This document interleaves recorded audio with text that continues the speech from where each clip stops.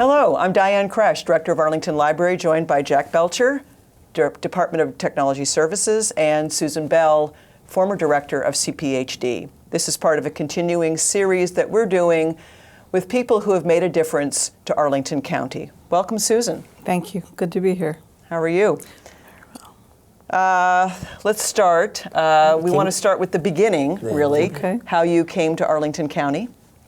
Okay, I came to Arlington in '79 as a graduate student and ended up working in the county starting in 1983. I was really interested in economic development, but my background was in planning, but with a focus on small business. And I ended up in the planning office because I didn't get a job in economic development. It's one of those kind of things that just happens, and then life happens beyond that, and you go on. So I joined what was then the Department of Community Affairs in '83 as a temporary planner 1, not even on the work program in those days. It was a very focused and structured work program that the board adopted every year. Now, did you spend your whole career in CPHD in various incarnations, various jobs? I did, actually. The department changed pretty dramatically over that period of time that I was with it, and so by changing jobs and the department itself changing made it kind of easy to learn a lot of new things and to do different kinds of work. I had the opportunity to work in both comprehensive and current planning for the first 2 or 3 years that I was with the county, and then in 1988 I went over to the zoning office as the acting zoning administrator. And the 10 years that I spent there went very quickly, very quickly. What's the difference between comprehensive and current?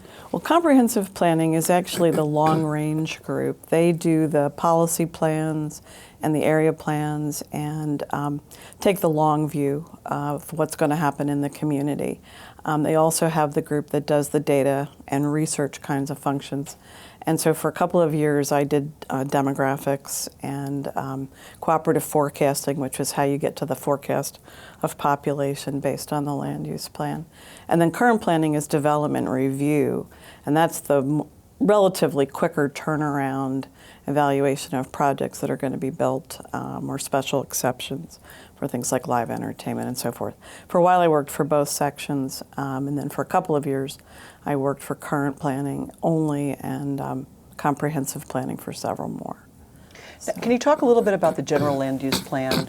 It seems to me that we decided what the community was going to look like a long time ago and have more or less stuck with that plan. One of the hallmarks of Arlington planning is really that the general land use plan, which was first adopted in 1961, has really been the roadmap for how this community has evolved. And I like to always say that it's the continuity of the policy that has set Arlington apart from its neighbors. And by that I mean that when the first plan was adopted, there were areas that were marked future study area. There were times when properties were identified as future nursing home site or future park site or whatever. But by and large, the areas that were yellow on the plan, the single family neighborhoods, are still yellow on the plan today. And even though the 2 transit corridors and the Shirlington area have changed dramatically, and there are more colors on the map, more gradations of color, if you will, to reflect different densities, the compact that was struck with that first land use plan, whereby the neighborhoods would be protected and development in the corridors would be held to what is effectively 11% of the land area. That has held up through 50 years of planning and development and construction. And that is remarkable among jurisdictions and probably anywhere in this country. So let's talk a little bit about how that happened. 50 years is a long time. Right. Community has seen a lot of change. I grew up in this community. It's markedly different today than it was when I was growing up here. So what do you think accounts for commitment to that kind of policy? I think the original visionaries who laid down the land use plan were people who were very committed to participatory government and to long-range thinking. They came to this area, many of them from other places, to support the war effort, to promote good government. And I think they actually believed that government could be a force for good, if you will, in a community. Many of them were federal employees, but they were active in their community as volunteers and elected officials. And in developing that land use plan, they recognized that the transit corridor areas, although there was no transit yet, were areas that needed investment. They were areas that would be the commercial cores of the community, and that they needed to leverage the location right next to Washington, D.C. And so by establishing some basic principles, the transit corridors became the backbone of the plan, and the commitment to put the development there and protect the neighborhoods, I think, was something that many people in the 60s and 70s felt was a good decision, and they could get behind it and stay with it. But beyond just the basic plan itself and staying with those principles, the board set about having staff work with the community to develop area-specific plans. And so people could look at the Ballston neighborhood, they could look at Virginia Square, Clarendon, whatever neighborhood it was, and work with staff and the elected officials and the commissions to develop a more specific plan. So they really saw something happening. They saw that the things that they wanted for their immediate community were reflected in the plan. Now, are these the neighborhood conservation plans? Well, it's both neighborhood conservation, but also the sector plans, the Okay. early sector plans, and those dovetailed with the metro stations actually being opened.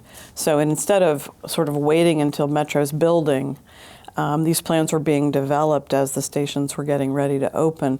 And so people knew what the effects would be. They knew that, okay, we're likely to have spillover traffic, so we're going to have a variety of techniques applied to keep the cars out of the neighborhood and so forth. They also developed zoning tools to implement the plans, so they weren't just shelf documents that felt good on the day they were adopted and then, you know, got dusted off 5 years later. They were intended to be used and applied to development in the future, which is also fairly unusual. Sure. So part of it, I guess, is the devil's, it comes down to the details. When you look at, we have the plan, I guess that's the GLUP, the general land use plan. But then there are the details that take place, and you're a professional planner, and you've brought in a number of professional staff who have an idea of how to implement that vision. But sometimes that's contrary to what the interests are of the community that are in those areas. And the case in point, and we talked about this a few weeks ago with your planning director, former planning director Bob Brosnan, about how Market Commons came about. And there was a debate over that. I mean, should Market Commons come out the way it is today, which is a wonderful place. But I can remember living here, the discussion was that would be a great Home Depot. Right. Could you talk a little bit about that and what happened and how you balance that community values with what professional planners had in mind, or was it the same? Well, the whole concept of sector plans was well underway when I joined the county in the 80s. But the Clarendon sector plan was developed and kind of nothing much happened. Ownership was really fragmented. And I can remember economic development used to take the real estate bus tour around Clarendon because there were so many used car lots. It was really, it felt like a blighted area of the community. But Home Depot proposed to come in, and the family that owned the property that is now Market Common thought that they had found, the golden egg for their property.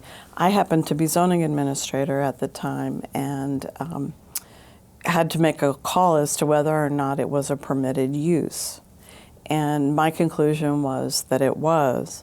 And there was a furor, as you can imagine. So I met with people a couple of times in their homes to talk about it, why it was a permitted use and so forth.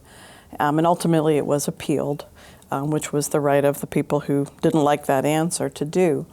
That project went away because Home Depot recognized that they would not be well received in the community, and ended up at Seven Corners at the old Woodward and Lothrop. But when Dan McCaffrey came in with his proposal for Market Common, I think the concern then was that it was too much development. But in truth, it was about a 10-acre site that he was working with. And the county did have Edgewood Street.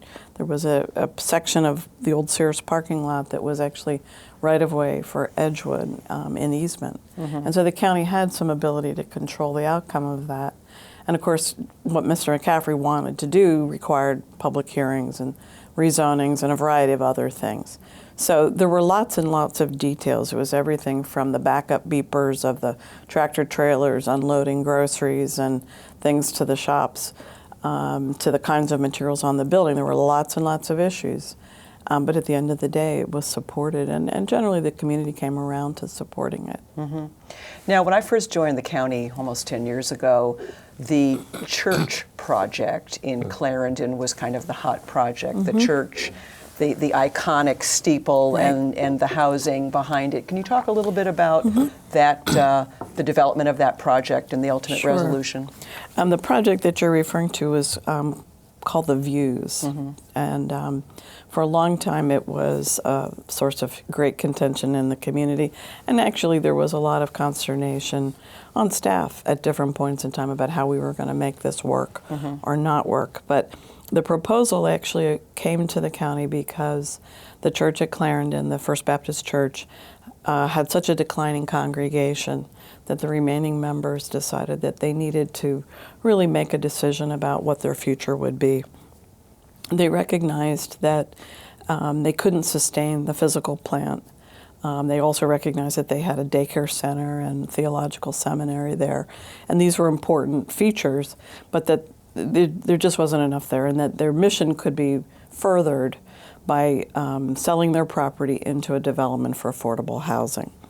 And so the proposal was brought to some of the board members, as they often are, in sort of a conceptual stage. Would you be willing to look at this? Would you be willing to support it? And by the time it came to staff, it was well understood, I think, by many people that this proposal was in the works, and including some folks in the community.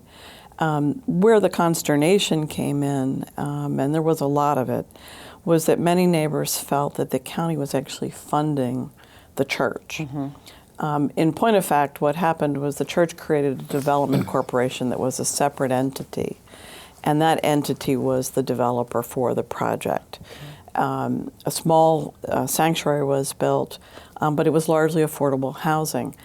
One of the challenges of that project, however, was that in the Clarendon sector plan, there is a street, 13th Street, that ends in the church, and it was called the Festival Street.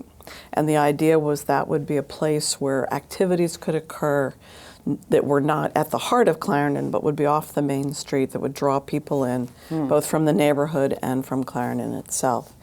The steeple, the iconic steeple, and the narthex of the church were considered really important features, both from a historical standpoint, but also from a character standpoint. It was a real character building. But the sector plan was effectively silent on what the future of that parcel was. And so that would make it very difficult for the analysis of the project and to sort out what's the appropriate answer from a land use policy standpoint. Ultimately, we did support the residential project with the preservation of a portion of the church, but it took many revisions to it. It took a summer-long working group. There were also some court challenges, too. There were multiple court challenges from the neighbors over it on issues of church and state. There was a challenge to my interpretation about one aspect of the zoning ordinance. There were challenges to that much affordable housing, just generally being placed there. But ultimately, the project was built and leased up almost immediately, as you can imagine, because of the proximity to Metro and so forth. The units are small, intentionally so that more people could be housed there. But I think, as a project, I think it's become, considered generally successful. Yeah. One more comment about Clarendon. During the 70s, of course, it was the home of businesses from the Vietnamese people, and they're mostly gone now. Right. And so we talk a lot about inclusion and embracing diversity in this community, and yet that's a neighborhood that completely changed over in less than 20 years' time. So how do we keep balancing, preserving neighborhoods where there's more diversity, cultural diversity, and yet making way for other needs of the community? The influx of Vietnamese businesses, I think, came as a shock to a lot of people in Arlington. I can remember somebody calling me when I was doing data saying that they didn't understand how so many people were coming here. They didn't really get why they would choose Arlington over other places. But in fact, people often will come in a refugee condition to a nation's capital. At the time that they came, there was a lot of sort of moderately to not very successful retail space in Clarendon, a lot of vacant space. And they took it over and had a thriving restaurant business. But it seems, to me anyway, that many of those businesses actually left ahead of the redevelopment of Clarendon. I think the goal of many of those business owners was to be even more successful than perhaps it was to be in Arlington specifically. Okay. And so many of them left before the redevelopment, some left because of the redevelopment. I think there's very few of them that can actually, that are still here today. But I think one of the greatest challenges that they have, that any local business has in a situation of redevelopment, is the rising rents. It's very difficult for a single proprietor or a small business to compete against a chain or to compete against a franchise that has the backing of a large corporation behind them. And for these individual proprietors to be able to maintain their businesses and the rents as they rose, as the space became more desirable, is a huge issue. I think the county does a fair amount to train small businesses through the Economic Development Office, but it's a lot harder. And Arlington has never been big on subsidies for businesses. It's always been about loans and getting you on your feet, but not sustaining you. And I think that's one of the great challenges we've had both there and on Columbia Pike. Talk a little bit, if you could, about Roslyn. I mean, that's the gateway to Arlington, but it's had these stops and starts. And I've been here for, it must be 20, 30 years, and I was at Georgetown, across the river looking at Roslyn, and I saw the development that took place. I mean, what happened in Roslyn? Why hasn't it realized itself as truly a gateway venue to the I think county? Roslyn is still challenged by its history in one sense. The initial office construction that happened in Roslyn was really intended to capitalize on proximity to the federal government. And a lot of those older buildings were built for federal tenants, but they were also built at a time when retail on the ground floor and the idea of walkable communities just really wasn't a thing. It really wasn't even a planning principle at that time. And so Roslyn's retail was very inwardly focused. It was focused on the tenants in the building only. And to have an outward-facing tenant actually required special approval by the county board. It just wasn't done. And so within sort of Roslyn's history, it was a place that effectively shut down at 5 o'clock on Friday and reopened on Monday morning. And so I think what's starting to happen in Roslyn, although it's still a challenge, because so much of Roslyn is about throughput to the various bridges into D.C., if you're on the streets anyway, I think Roslyn is beginning to change, where you're starting to get some retail. The Central Place project will hopefully bridge the metro site to the rest of Roslyn a little more effectively than the kinds of retail that were there in the past, and with the programming in that 1 acre park. But Roslyn has really been challenged, I think. You either go through it on the metro for the most part, or in cars you get on one of the bridges. Yeah, I agree. I mean, there's not a natural meeting place, a town square or a plaza. And very little housing close to the metro. Lots of housing around it, but not right at the metro. So in contrast, Shirlington is an area where you could actually make a case for being the southern gateway to Arlington. And as you know, Shirlington was just a flat piece of land with a number of non-defined stores and whatever there. And garden apartments. And now it's become a wonderful venue. Well, why did that work there? Well, if you remember the old Shirlington, the streets were lined with retail. And everything, everybody walked in and out of a front door. It was 2-story retail for the most part. You parked on the surface. Roslyn has always been very vertical in its nature, and you've got topo there. So, most of the house topography.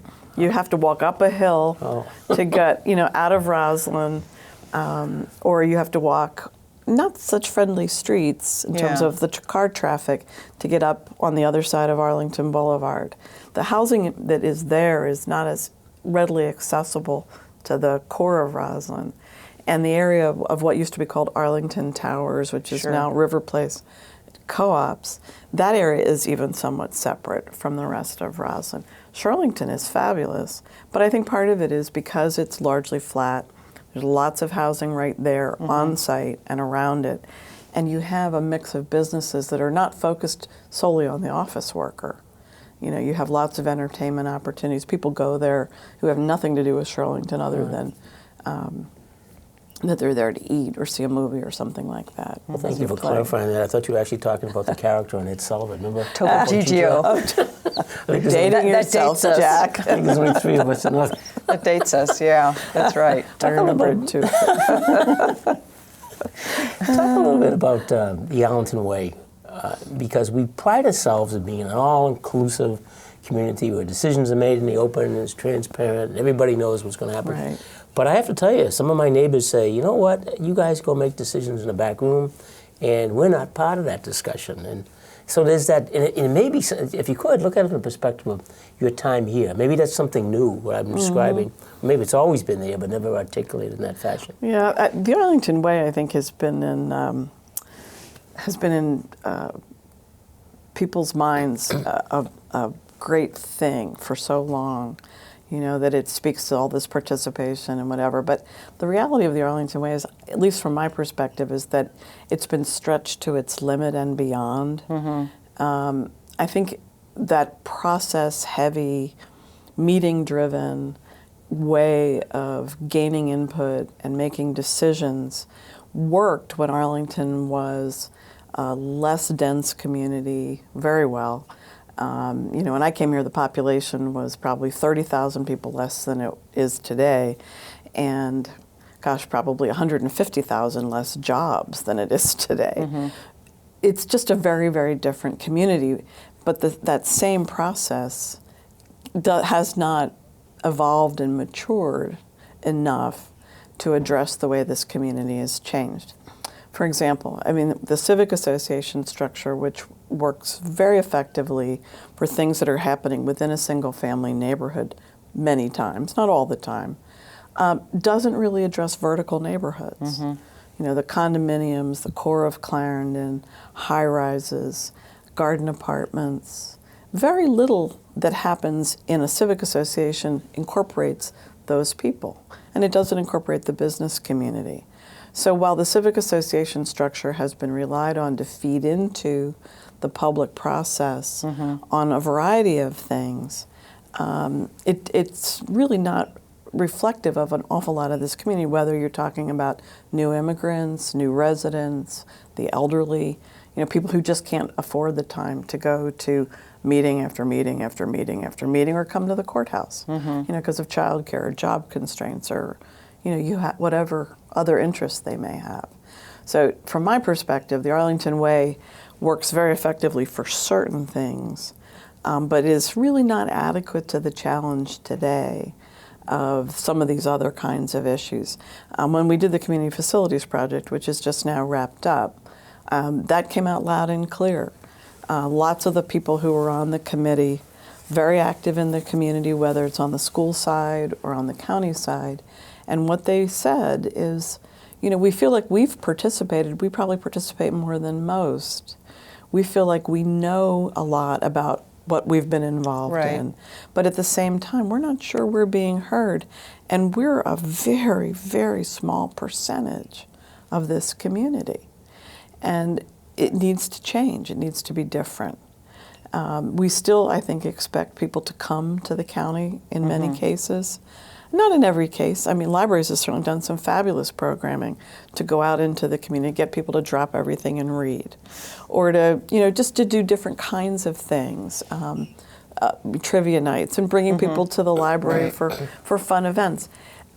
Planning is not typically thought of as fun. It's hard work, and there's just a lot of folks who can't come to a committee meeting every week or every 2 weeks for years to get to the end of the line. And so I think I think we have some challenges with respect to the Arlington Way. Well, I think we also have some challenges, though, with respect to people who have been here a long time and want to preserve the things that are. And there's a tension around the demographics are different. Right. We have to build vertically. There aren't open spaces. And so I can speak to my own area of libraries. The libraries are sited in specific locations. Does that mean forever and ever they're there and not Pentagon City, Crystal City, Roslyn, any emerging the west end of Columbia Pike? Where do those conversations happen? Can they happen? Are people, did you discover in the facility study that people have enough objectivity and openness to entertain something that would be new and different? I think that's one of the things we heard loud and clear, is that Arlington can't continue to site its facilities in the same way as they always have. The little bit of land that the county and the schools controls is just not sufficient for us to single thread these ideas and to continue to look at things in the same way. Right. And that didn't just come from the people on the committee. That came from the resident forum, the folks who joined us, the emails we received, and that we can't continue to think about everything as a single story structure with surface parking around it. One of the things that I think, too, where we have not perhaps done a good service for the community is not to educate them on how things got the way they are so much, but to help them understand how things can be worked and how things can be changed. Within the new siting process and within some of the discussions about how the capital improvement plan should be formulated, I think the study has recognized and pushes for a lot more public engagement, a lot earlier in the process, and a great deal more openness so that it's not just the parks people talking about parks. It's not just the advocates for affordable housing, which is not a public facility, talking about affordable housing, but that we recognize layered needs and the possibility of shared uses of spaces, layering of uses within a building, flexible spaces, so that what makes sense as, say, a pop-up library or a programmed space for parks today may need to be adapted for some other purpose, like a cyber center, at some future date. Okay. Susan, before you leave, you've done so many great things in this community. You're a resident of Arlington. Your two daughters are going to school at Washington and Lee. Your mother's now living in the town. And if you had to give some parting words of advice to how the county may go forward, and especially based on this report you've just done, where it's projecting an increase of 31% in the population over the next 25 years, and we're going to be stretched to be able to accommodate everything that's possible in this community, being the smallest county in Arlington. What would you have to say? Well, first of all, it's a huge number of people that it takes to make this stuff happen, because whether we like it or not, it all gets done through a process. I guess the one thing I would say is that the land use plan is what's used as the basis for forecasting the future of the community. And the forecasts of population and jobs and all of that are factored into our infrastructure. I mean, we are thinking about providing adequate infrastructure for the future. But I would like to see more people share their ideas and have the opportunity to share their ideas about what the community should be. Using some of the different techniques that we did use through this process and others that we thought about but didn't actually get to. I really hope we can sort of move in the direction of getting that input in different ways so that it isn't just the same folks doing all the talking. Thank you, Susan. So thank you very much for being with us, Susan. You've had a huge impact on Arlington County, the county that we work in and all of us live in. And thank you for joining us today. It's been a privilege to have this conversation.